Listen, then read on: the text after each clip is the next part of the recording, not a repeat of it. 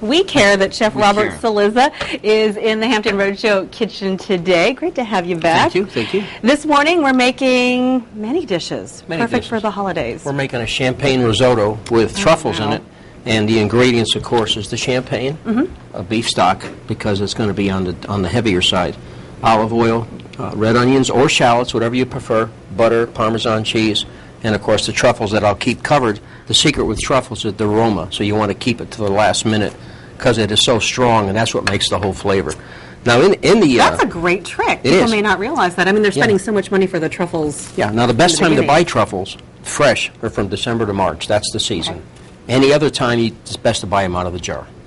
That's the best way. They have two types. They have the black and they have the white diamond. White diamond are a little bit more expensive, but it's quality. Right. What I've got going here right now is I've got the butter and the olive oil, and I'm going to put in about a cup of risotto. Okay, that's the arborio rice. Arborio rice, and what we're doing is we're going to let that soak into the rice, the butter and the oil. And that'll soften up the hulls of the rice, so this way here it'll cook a lot faster, and that'll take a few minutes. Okay. What kind of heat do you have on this? Medium heat. Medium heat. While we're doing that, I wanted to have everybody learn something that I'm sure they probably already know, but this is the three types of rice that are probably the most prominent that people will use. The arborio, of course, that we're using now from Italy. Why did I put it first? Well, it comes from Italy, so that's why it's first. That makes complete sense to me. This is my uncle's, Uncle Benny's, which is local anywhere in any store. It comes I don't know if your Uncle Ben would appreciate that, or your uncle. And then here's the Asian rice. Right. Now, with the Asian rice, this is the rice that you must wash 3 or 4 times before you cook with it. And if you put it in your rice cooker, keep on washing until the water's clear. If you have the cloudiness, keep on washing it because it's dusted with some type of preservative that they use in Japan or in China. Right.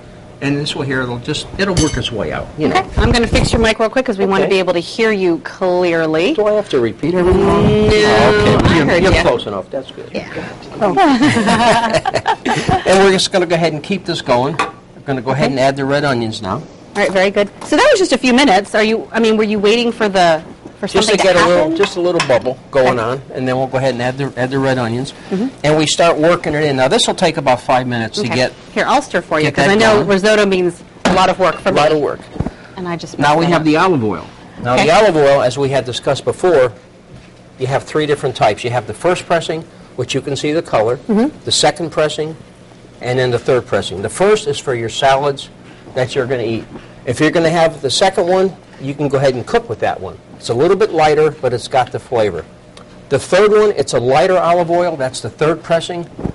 People that are on a diet or watching cholesterols and stuff, that's the one you want to use, and then use lemon. So then is one of them like extra virgin? Extra virgin, virgin olive oil. 3 different types. All right. Extra virgin, of course, is the darkest. That's the one you want to use if you're going to have a salad. All right, very interesting. If you're going to have a salad just with the light one, then go ahead and put lemon. That'll give it the flavor back to the olive oil. Good lesson. All right, so what happens now for our dish, our risotto dish? Now we're going to go ahead and start with a ladle at a time of the beef broth. All right, and I continue to stir, right? Keep on stirring, and as the beef broth disappears, we keep on adding. And this will go on for about 15 minutes. Okay. What's in that beef broth?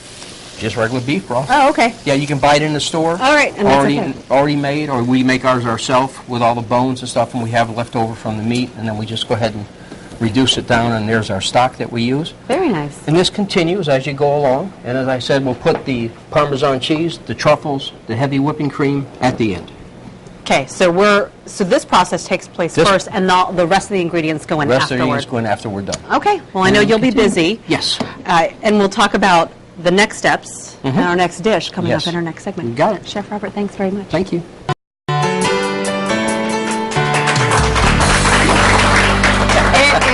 It is a Tuesday meeting. Executive Master Chef of City Dock Restaurant, Robert Saliza, joins us this morning. Today, we're making dishes that are perfect for the holidays. Risotto with truffles and champagne, plus a holiday gift cake. Yes. And we've been stirring. How long have you been stirring this? About 20 minutes. 20 minutes. Yeah. But this is pretty much, you said, done. Almost completed. Just going to let it dry up some more, and then we'll add the heavy whipping cream and Parmesan cheese, and then you serve right away. Now, before the last segment, you told us the things that you were about to put in, and you've already done that. Yeah, so the what onions. else is all in Put here? the onions, more onions in. I've gone ahead and put the truffles in, salt and pepper, and then just let it continue as we keep on adding the beef base as we keep on going along. Okay. And it's hit to the point now where it's almost ready. Yeah. How do you know when it's ready for the last ingredient? You taste the rice and see if it's nice and tender. It's not, still hard al dente. So you want to make it just a little bit softer. Right, because you don't want it cooked. I mean, you really have to do it perfectly. Yes, Too much, then it's not Then good. it turns much. Yeah, it's terrible. Yeah, terrible. And it's So, like paste. are we there yet? No. Not yet. Okay, no. we're still waiting on Okay, something we're else. starting on the holiday cake.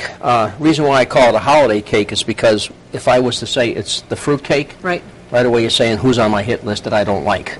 My eyes are going to roll back in my head, That's who you give a fruit cake to, someone that you really don't care, in-laws or something, somebody like that. Oh, what are you trying to say here, Robert? So what I've got in here is cream cheese, and this makes the difference from dryness to moist. If you put, a lot of fruit cakes don't have that. They have the plain citron that you have right here, and that's standard. I showed it so in case you want to put it in, I don't. I use the candied cherries, the green and red. I use regular maraschino cherries, vanilla, milk, of course, a little bit of baking soda, and then we have, baking powder. We have the eggs and the flour and the sugar. And what we try to do first is go ahead and blend all the wet ingredients. Right. Wet first. Wet first, get it in there. So the cream cheese is in there. Cream cheese is in there, as I wanted to break that up first. And so wait, you brought this to show what normally goes in fruit What normally goes into That's it. not going in yours because yours is a holiday cake. Holiday cake, yeah. Well, it's fruit cake, but I don't want to say fruit cake. So I just say holiday cake. There is like, people do have a feeling about fruit cakes, though. They that's do. For sure. It's for somebody that you don't care that much for. I mean, I wouldn't give it to my dog. Well, I won't say that. My dog likes that. So. But you're going to give us the holiday cake and the holiday cake recipe. Because of with the cream cheese, it makes it a lot better. And you want to just get everything whipped up as you can. Then you start going with the sugar. The sugar and the butter should mix together, be nice and fluffy. And it's usually just about a cup. Okay. Okay. Cup. That's nice. And it's mixing up pretty nicely, pretty easily. It's nice, yep. Did you thaw the cream cheese? Just make it nice and soft. Yeah. That's what you want. Okay. Okay, now I'll go ahead and add some more butter. If Carrie was here, she'd be yelling right now that I got too much butter in here, but I know. that's okay. I'm just turning a blind eye because it's the holidays. That's right. That's what you I want have to trouble using that much butter in Yep. my dishes, but it is worth the effort. Then I'll go ahead and put we've the seen that for vanilla sure. in. Then we'll start with the flour. Now what I've done here is the cherries, more cherries, and the pecans and all, and I'm going to flour that. Now the reason why I'm going to flour that, so once it goes into the batter, It goes to the top. it doesn't all. taught it us does, that a couple yeah, weeks it ago, doesn't didn't you? stick all to the bottom of the pan. That is a great trick, by the way, using the flour for your ingredients inside whatever pies that's or right. whatever you're making. And this will take about maybe 10 or 15 minutes to beat. Then it goes in the oven at 325 for an hour and 20 minutes. Okay. And let it go the hour and 20 minutes because you're going to need that. Because of the thickness and density of all the fruit that's in there. It's going to take a while for the actual cake batter to mix. We're going to have to try this holiday cake and then finish up our risotto. Yes. And talk about some wine selections. We'll have that coming up in our next segment. Thank you.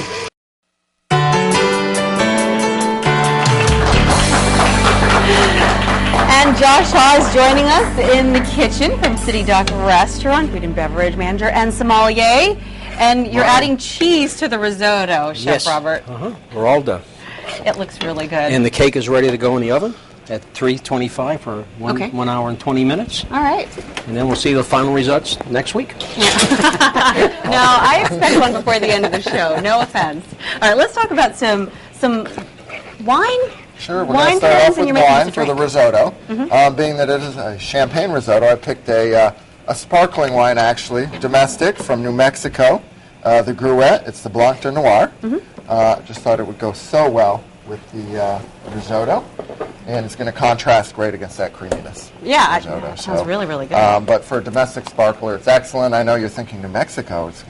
I was a little puzzled, but I know you know your stuff, so I trust you. I'll pour you a glass after. You'll be impressed. So. Okay. Now, you're actually going to make a drink, and this is for the holiday cake?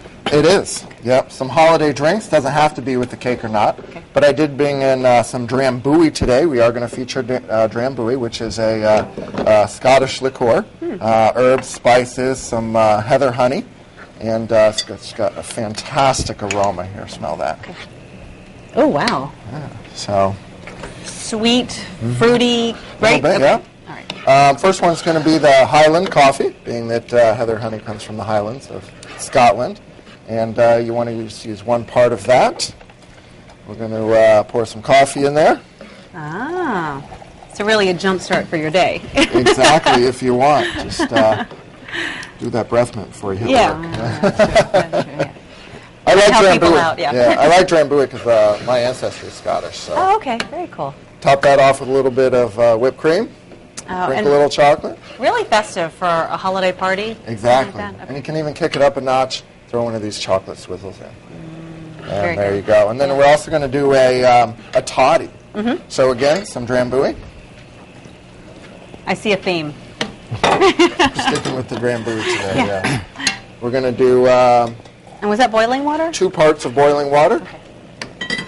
And then 2 parts of the cider, mulled cider. Nice and piping hot, of course. And we're going to squeeze Now 3 that's squeezes great of for lemon. like a really cold winter day. Yeah. Especially if you're not feeling well. Yeah. And that's going around with the temperature swings here in the area, so cool. And garnish that with a cinnamon stick and an extra lemon. Ah, very, very There's nice. your toddy. That's great. Okay, so that would go well.